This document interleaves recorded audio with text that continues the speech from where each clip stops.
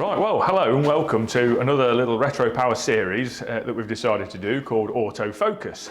We're going to take you through the restoration process as we see it. I'm sure other people will chime in with alternative ways of doing things, but this is going to be a series of the sequence through a typical restoration project within our workshop and why we do what we do, why we undertake the processes that we undertake, just our reasoning, our rationale and how it's done. So people with projects at home that want to get parts of those projects done, it might give you some information, it might give you an idea of how processes are done. There's a lot of mystique and black magic and stuff in this sort of car restoration game. And a lot of people don't tell you everything about what they do, try and keep things under wraps and just don't seem to pass on information. So we thought, well, we'll just pass on everything we know. We may be right, maybe wrong, but it's how we do it. And so it's a little bit of an informative series on just what we do. So we're going to start with stripping a car down. You'll see one behind me nestling there, an E-type behind me there. The reason for stripping a car down, obviously, the primary thing, particularly in the UK, of a part of a restoration, starts with the body shell. Everything is attached to the body shell. There's no point restoring a car if you don't make sure that every part of the body shell is perfect, or as perfect as you can get it to start with.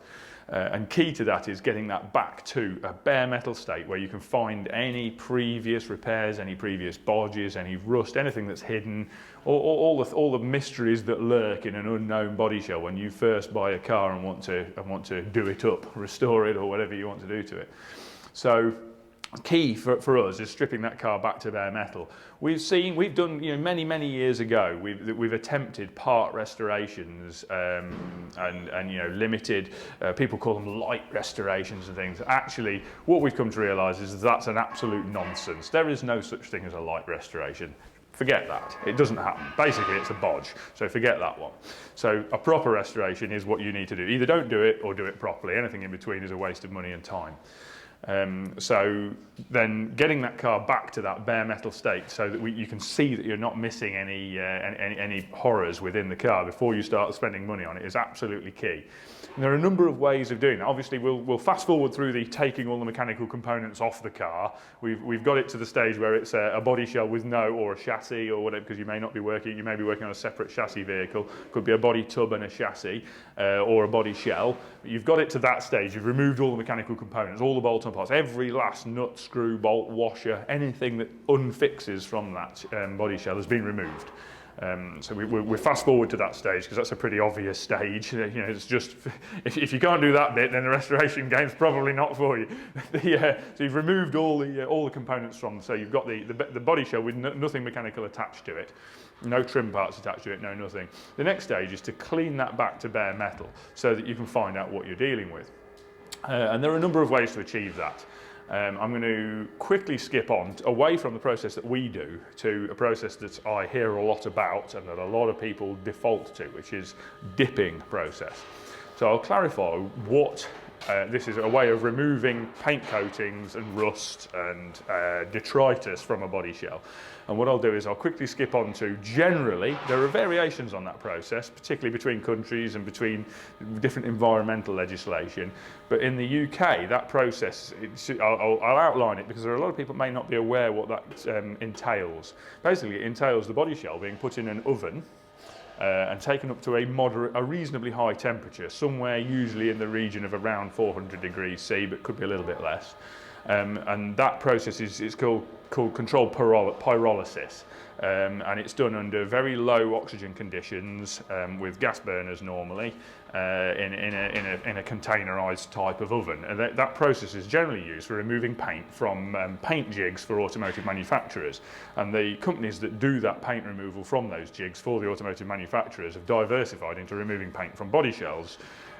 So what happens is the body shell is put into the oven. It's very gently and gradually brought up to that temperature all at once, so it doesn't warp and distort because the whole shell is brought up together in one piece to that temperature, hopefully evenly. So that then burns off all of the organic compounds from it, all the paint, all the underseal, all those things. And it also melts any lead out from any joints on it, removes any body solder from it. At that point, you've got a burnt body shell, not unlike what we have behind us here. So once that's been burnt, then what normally happens at those dipping companies is that Bodyshell will be removed from the oven, and it will then be jet washed off with a very powerful pressure washer, extremely powerful pressure washer. Have to watch distortion, a lot of care needed there. The jet washers are powerful enough to distort the panels, one thing to watch.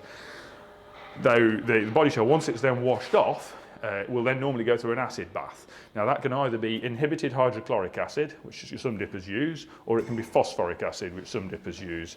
There are pros and cons to both. Hydrochloric's faster, phosphoric is kinder, basically, in very short terms. In very brief terms, if I was choosing between the two, I'd choose phosphoric, but for various reasons I wouldn't choose either. We'll move on to that in a minute. Once that's gone through the acid bath, the Bodyshell would then go through a rinse, and usually another jet wash, and then it will go through an inhibitor process. Which is a chemical that's generally got it's an alkaline chemical that's not too far removed from truck wash, basically, and that then inhibits the acid that's left in the Bodyshell and prevents it from continuing to nibble away on the steel. Once that inhibitor process has happened, the car's given a final rinse off, and it's then put back in an oven to dry it off. And that's the end of the process. You have a de-rusted, clean, bare metal Bodyshell at that point. Sounds a lovely process. There are various failings with that process, which I'll come to next, and that's the reason why we don't use the dipping process. We have in the past, we do speak from experience, we have used it on a couple of Bodyshells in the past. We wouldn't choose to use it again. So, pros and cons of the dipping process. The pros of that dipping process are it de-rusts the complete Bodyshell, including inside hollow sections, including any seams that the acid can percolate into. It's a very thorough process in terms of removing iron oxide from the steel. It removes the surface oxides from the steel, wherever they may be. So that's good. That's a pro to the process. And the oven is a very good and very cheap, once you've got all set up doing it, way of removing all the organic compounds. So they're the key pros to that process.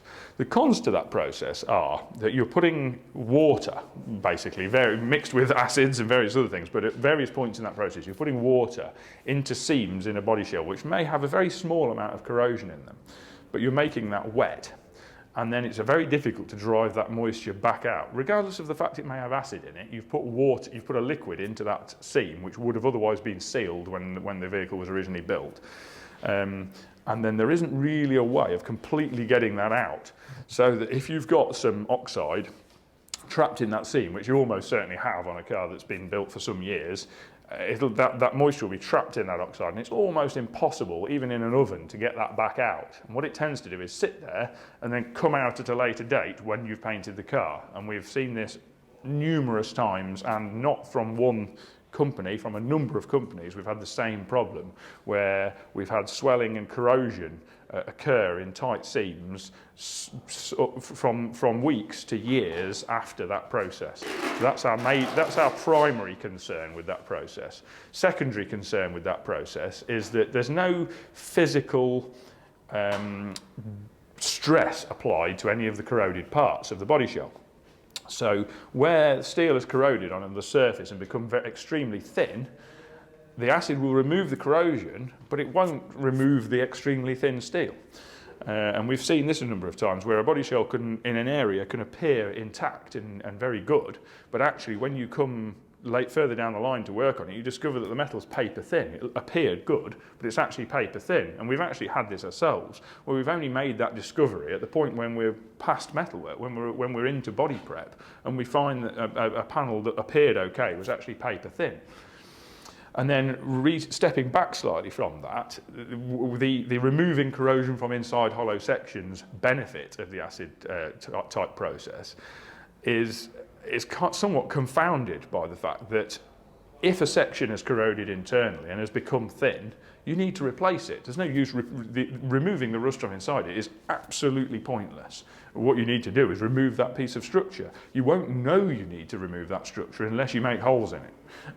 You won't know it was corroded internally, and you won't discover that if you just remove the rust from inside it and leave it as a thin structure. So they're the key downsides to that process. As a consequence, we've stopped using it. We don't use it anymore. For a while, we continued using there's a side to that process, which is a caustic dip, which I believe is used quite a lot in the USA. It's commonly known as acid dipping on the sort of the TV programs, but I believe a lot of that is actually a caustic dip, where the car's put into boiling caustic soda, and that is used to strip that doesn't de-rust it, but it does remove all the paint and organic coatings. So it has the benefit of not putting an acid into the corrosion in the seams.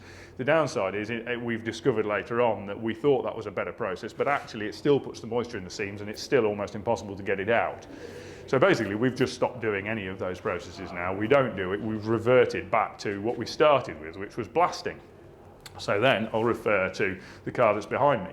The benefits to the blasting process are that areas of corrosion will be physically hit by media, and that media will open those areas up. So any areas of thin material will be broken open by the process. So that's a key benefit to that process. And it also, it won't go inside hollow sections, so you could say that's a negative. We'd actually say it's a positive in some ways, in that it's a line of sight process. It will work in a line of sight, and you can recoat in a line of sight. So yes, it won't interfere with hollow sections. However, if the hollow section is structurally not good, then it will open it up, it will burst a hole in it, and you'll then need to repair it. And if it is good, you don't need to strip inside of it anyway. You can wax inject it afterwards to prevent any corrosion continuing in there, and then there isn't a problem anyway. So that's a good side to the process. So what I'll quickly do is just step you through the equipment, which is down here, and walk you through what we do. So the first piece of equipment you need is a room to contain the media, which we're stood in here, which is a blast room. You should have rubber on the walls really to deflect the media, but we don't do that much blasting. We only blast our own projects, so it's not really, the wear on the walls isn't too horrendous. Then you need a pressure pot blaster. It's Hodge Klemco are the biggest manufacturers. This one's actually a Hog one, I think, as I seem to recall. It's an alternative, but it's a copy of a Hodge Klemco, which is a pressure pot which we fill with this media, which is crushed bottle glass. It's recycled bottle glass of a varying grade. It's basically, I'll explain that in a minute, but it's basically varying particle sizes within that. So it's crushed bottle glass, which we buy in, and then that's fed from a hopper above us down via an air-operated shutter that I've built to fill our to top up our blast pot as we go. That's fed with compressed air from a diesel engine compressor that we have outside. We haven't really got enough electrical supply on this site to run the compressor for the blast pot from the electrical supply. It needs to be run by a diesel engine because there's quite a large power demand. It's a 50 horsepower compressor that we use for this, 180 cubic feet a minute, 50 horsepower compressor. So that's what runs the pot. That feeds compressed air in via an airline in to this valve arrangement here, which is a remote dead man valve. And if Jamie stays there, I'm going to wander over with a nozzle and show you the other end of the apparatus then. Should have got it next to me when I started. This is the, hang on, just knotted the pipe up. So this is the working end of the job. So we have a dead man valve on there, which when you're operating the blaster, you close that, the rubber button goes over there, shuts that valve off, that operates the valve attached to the pot, turns on the compressed air, and then the air is then fired down through the valve gear, through this Venturi piece here, and draws the grit through this control valve here, down the blast hose and out of the nozzle. The nozzle inside this plastic housing is a tungsten carbide nozzle. On this blaster it's a 1/4 inch diameter, internal diameter nozzle. And it then blows a pressure of around 95 psi we use. It blows the crushed glass out of that nozzle, 95 psi air from a 1/4 inch nozzle. And the air pressure is also applied to the top of the blast media in the pot to keep the pressure on that so it feeds it actively from the Venturi. And then each time you stop that, there's a pop-up valve inside the pot that drops down and that admits more crushed glass into the pot, and then when you re-hit the dead man valve, pop-up valve pops up, seals the pot off again, repressurizes it, and off you go blasting again. So that's the basic equipment you need to do the blasting. So yeah, 180 cubic feet a minute compressor, which is sort of probably the minimum you'd want to do this sort of job in a reasonable time scale. It takes us probably, to do a full body shell that's in fairly poor condition, it's probably about somewhere between 4 and 6 hours to blast, generally towards the 6-hour end of that, to do all of it thoroughly and into all the nooks and crannies. So that's the process that this car will go through. Prior to that blasting process, stepping back again slightly, if you use the dipping process, you put the car through an oven, as I said. We have done that. Basically, there's another dividing line in our process, in that if we have a car that's very, very full of filler, that we've discovered is in very, very poor condition, it's very full of filler, and there's a huge amount of organic material on it, then we would probably choose that to send that away and put that through a pyrolysis oven. We use a subcontractor with a pyrolysis oven to do that. It's pretty rare that we do that. We generally do what we've done on this car, which is we use a blowtorch and scraper. We use like a propane roofing blowtorch and scraper, and we simply heat and scrape the underseal off. We do that outside, so the fumes aren't too much of a problem. Wear a mask, do it outside, let the wind blow the fumes away. We haven't really got any neighbours here, so that's not too much of a problem. And we burn and scrape and generally heat and scrape all the underseal and organic material off, and a lot of the paint, and if we can find a lot of filler in it, we tend to scrape all the filler off. Basically get all the soft material, because the problem with blasting, again, this is another thing that people might not be aware of, is that the blast media doesn't like anything that's soft and rubbery. That's why you make blast hoses out of rubber. The material bounces off it rather than abrading it. So anything that's undersealed, for example, is really difficult to remove with a blaster. Seam sealer is really difficult to remove with a blaster. You're there for hours trying to get that off. So you really need to remove all that first. So we burn and scrape all that material off. Then we do the blasting. Particularly if we can crisp it up nicely with the blowtorch, then that's a really good solution. Obviously, we don't blowtorch panels that we know are going to be prone to distortion. None of the panels on this E-type body tub, for example, would be are easy to distort. They'd all be fine, both from a blasting point of view and from a burning and scraping point of view. That then leads me on, talking of distortion, to I'm hopping around a bit here. I kind of hope to structure this a bit better, but I'm hopping around a bit.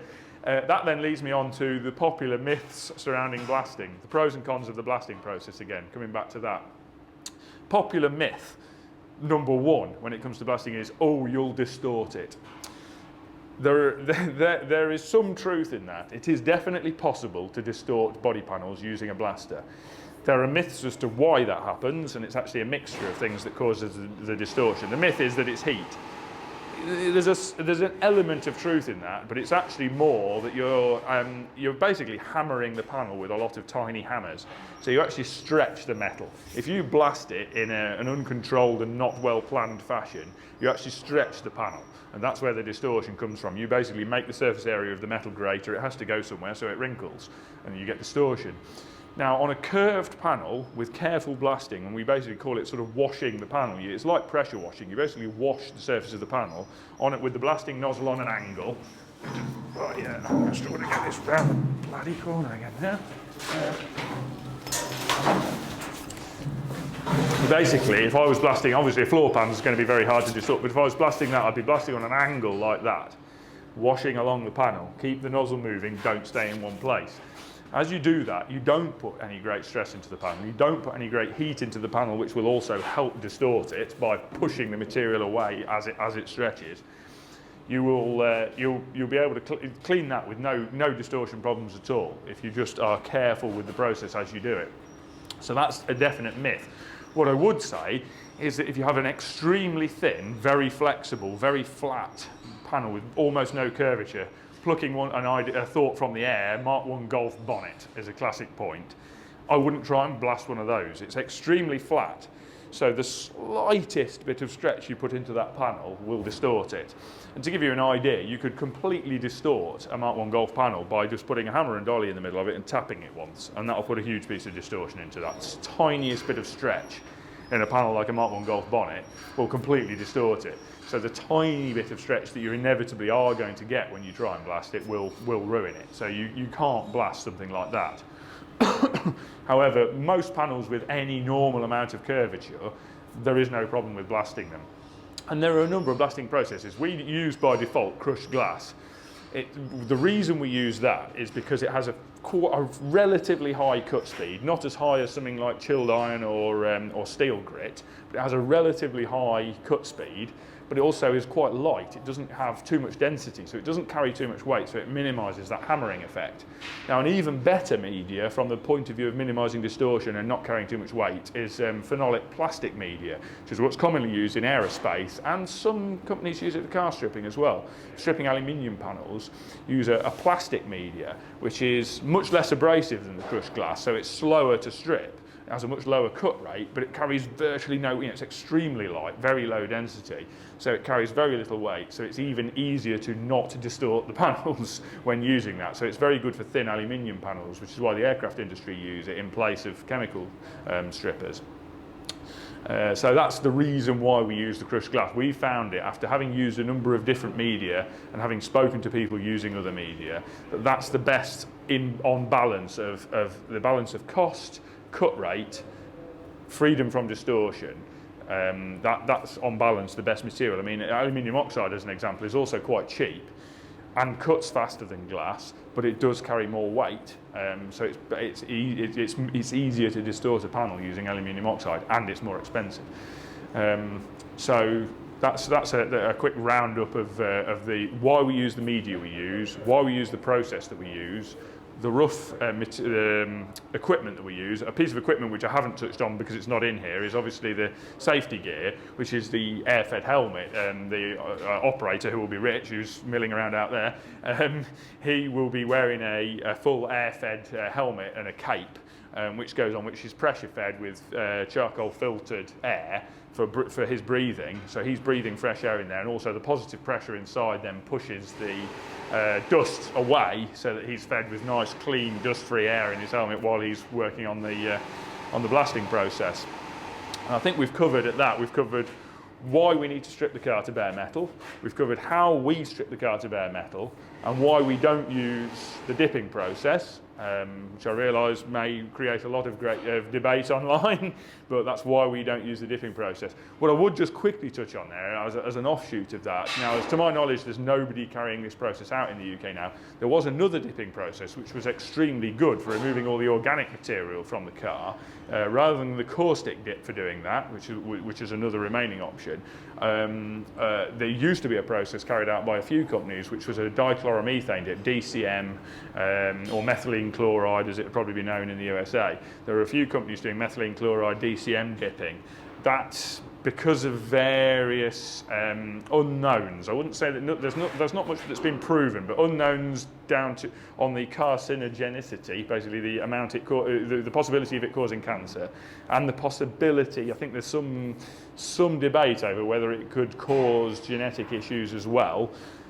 Within Europe, the environmental standards, basically the amount of that material that you can discharge into water is extremely low. It's set at a very low level in the UK. I couldn't pluck that number from the air off the top of my head, but in the UK, the Environment Agency dictate that you can only discharge a very tiny amount of methylene chloride, DCM, to your rinse water, your discharge water. And basically, they've set that at a level that's almost impossible to achieve. I believe you'd need to use ion exchange resins and such to get it down to that level, which then makes the process unbelievably expensive.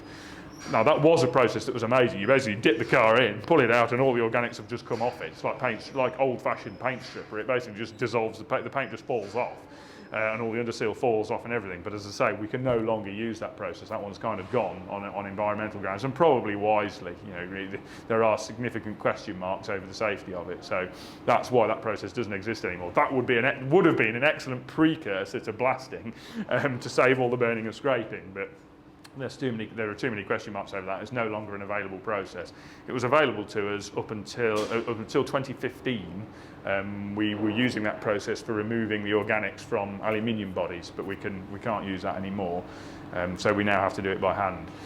So that takes us to where we are here, where we have this Series 3 E-Type V12 body tub and front frame lurking over there, which Rich is about to blast with crushed glass in this blast room.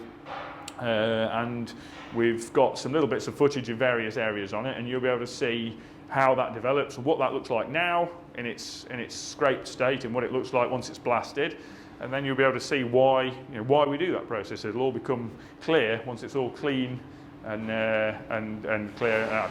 Jamie's just pointing out, I believe it's just by you pointing out the rust. Yeah, we've got a little section that Jamie's got a couple of zooms in on. It'd be an interesting point to sort of reference is this bit here is quite a typical piece of rust on this sort of restoration on a lot of cars. This is an E-type. It makes no odds really.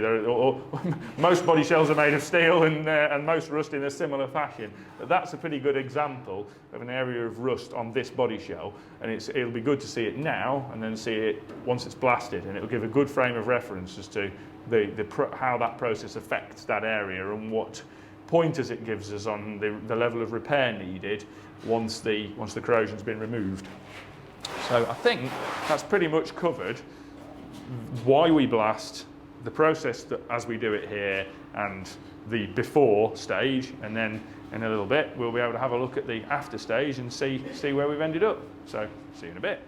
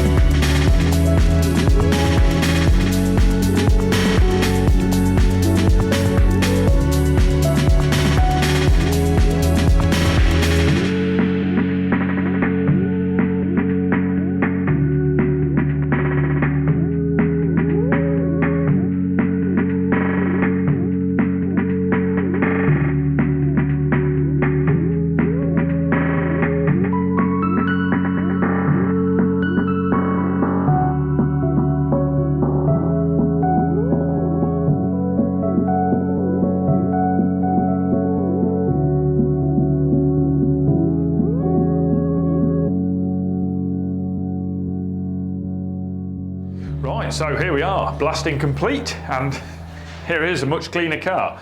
Now you begin to see why, looking at this, why we do this process. One of the, obviously, cars that have gone through other cleaning processes also look nice and clean and easy to work on. But if you look at that, you can sort of see why, the benefits of the process. And if we go back to an area we looked at earlier on, which was this little corner, where we looked in close and we could see a bit of pitting and a few pinholes, that illustrates the benefit of the process, that the mechanical abrasion has literally torn away all the poor metal there. Now obviously we're going to be replacing a much bigger piece than just that edge anyway. We would replace this panel, but it illustrates that, you know, these areas that existed previous to blasting, that an acid wouldn't have chewed away. The blaster has cleaned those, just broken those pieces away, and shown up the rot, shown up the extent of the corrosion there for what it actually is. This is the finish you get from a crushed glass blasting process. That's the surface finish you get, which is a very fine surface finish, and it's absolutely ideal for recoating. There's another pros and cons between processes. The blasting process gives you a perfect key for follow-on processes, where other processes that don't abrade the surface mean that you have to manually abrade all of the surfaces on the car before applying any other coating, or there'll be no adhesion. So you really, yes, you can rely on an etch primer, but we don't like to just rely on an etch primer. We like a physical key as well, and with this we've got that physical key. And that's stepping back again from, this is the initial cleaning process, but just as an aside to that, here again, in our process route, not everybody does the same thing, but here in our process route, we come back and we re-blast the car after we've done all the metal work, again, to act as a key so that all new metal is keyed up and that all surfaces are fresh. And then obviously we do various other processes, which we'll go into later in the series. But certainly this surface finish is an absolutely perfect key to follow-on processes. What I would say, again, I know I've darted about the place a bit on this video and I was trying to be very concise with my the pros and cons bit. One of the cons to the blasting process, I've sung a lot of praises of it, one of the cons to it, and to be honest, the biggest con for us, the biggest hassle that we have from this process and the biggest negative to blasting is dust, is that this grit gets in everywhere. Now, we've got a variety of techniques we use to get rid of the grit. We have an air-powered little air-eccentric vibrator mechanism that we bolt onto one of the rotisserie ends that's attached to the car to vibrate the car, and then that'll settle all the grit down to the lowest points within wherever it is in. We use a large vacuum cleaner. We've got a pneumatic-powered vacuum cleaner we use. Obviously, we blow it out with the compressed air from the blaster supply as well. And we vacuum out, and we have lances on compressed air lines that we blow through all the hollow sections. I mean, there's a whole variety of messing around to clean out the grit, but inevitably there's always some, and it usually finds its way out at a critical point in the paint process.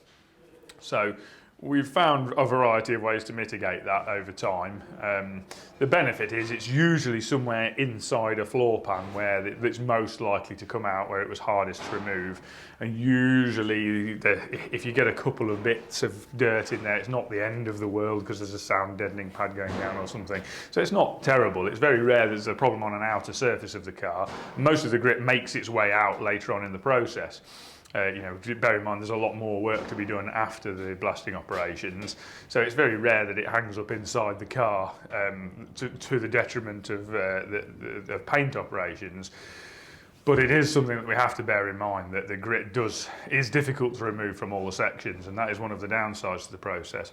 That said, and again retracting and going back to the common other process being acid dipping in inverted commas, obviously generally preceded, usually in normal conventional UK supplier base, preceded by pyrolysis in an oven, that leaves a tremendous amount of ash in the hollow sections. And if you've ever taken any hollow sections apart on a car that's had that process, you'll generally find that even after the acid dipping and the washings, there's usually ash and residue inside trapped hollow sections. And however much, again, in the same way as we struggle to remove the grit, the dipping guys struggle to remove that residue. The other bit I wanted to pick up on, which is kind of not really related to this exact moment, but something I failed to pick up on pre-blasting when I was talking about the processes, is the other thing that's talked about a lot is the recoating of hollow sections, and the fact that the acid dipping and pyrolysis technique removes coatings from inside hollow sections and it removes corrosion inside hollow sections. And obviously you need to put something back. Basically following any restoration process, something needs to go inside all the hollow sections. If they've been cut open, that's quite easy. We would generally use an epoxy primer paint inside those sections, and a weld through primer anywhere we've got to undertake welding on seams. However, on sections where you don't need to cut them open, you haven't got full access. Sometimes we use an endoscope to check inside them, or a mirror, whatever, ways of visually inspecting inside. But being able to recoat inside sections is very beneficial. Now, the Ecoat process is talked about quite a lot. To my knowledge, there's a very limited, to my knowledge, only one supplier of an Ecoat process that can actually do an entire body shell in the UK in the aftermarket. I may be wrong now, there may be others. Certainly, the downside to that process away from OEM production lines and OEM designs is that it doesn't really work inside hollow sections. People will sell that process as, oh yeah, after acid dipping, we'll recoat your body shell on an Ecoat line. Well, that's fine if you design the body shell to be coated on an Ecoat line and you designed that Ecoat line to coat that type of body shell. Because the manufacturer's OEM Ecoat lines are designed with the venting in the hollow sections in the chassis to vent the air out of them to allow the Ecoat to get inside them. If I try to do that with this E-type, it won't work. The Ecoat won't get inside the hollow sections because they won't be correctly vented. So what we'll have is a tied line of Ecoat and then some unprotected metal above it. So it's not really a catch-all solution that it is made out to be. It's not really the perfect solution. We don't do it. We don't really derive a lot of, I don't see any problem in not doing it, and I don't see the benefit of it when you can't confirm that it's a complete process. And car manufacturers put millions and millions of pounds into making sure that all of their internal surfaces are coated on their production, on their paint line. And we can't do that, and nor can any other UK aftermarket supplier, no matter how much they tell you they do. What we do is wax inject all those hollow sections. Again, I'm sure somewhere there'll be a tiny bit we miss. It's so difficult to get everything coated. But what we will do to re-protect the hollow sections that may or may not have had coating stripped off them, that we haven't had to cut open during the metalwork process, is we'll wax inject. We have long lances on wax spray equipment, and we just spray a protection cavity wax inside all the hollow sections on the car. The other thing I would say is during a restoration, the vast majority of the hollow sections are cut open, because they usually seem to be the bits that rot first. So the vast majority of them are cut open at some stage anyway.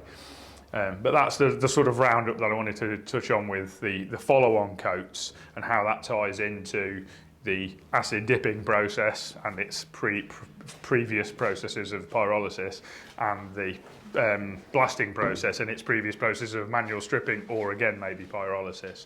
But going through all that mishmash of processes and all of my poor explanation of them, all of that is why we've ended up doing the process we do. We've made a very deliberate choice to go with blasting, and prior to blasting, manual removal of organic coatings, occasionally with oven removal of organic coatings if there's a huge amount of organic coating present, i.e. inch-thick filler all over parts of the car.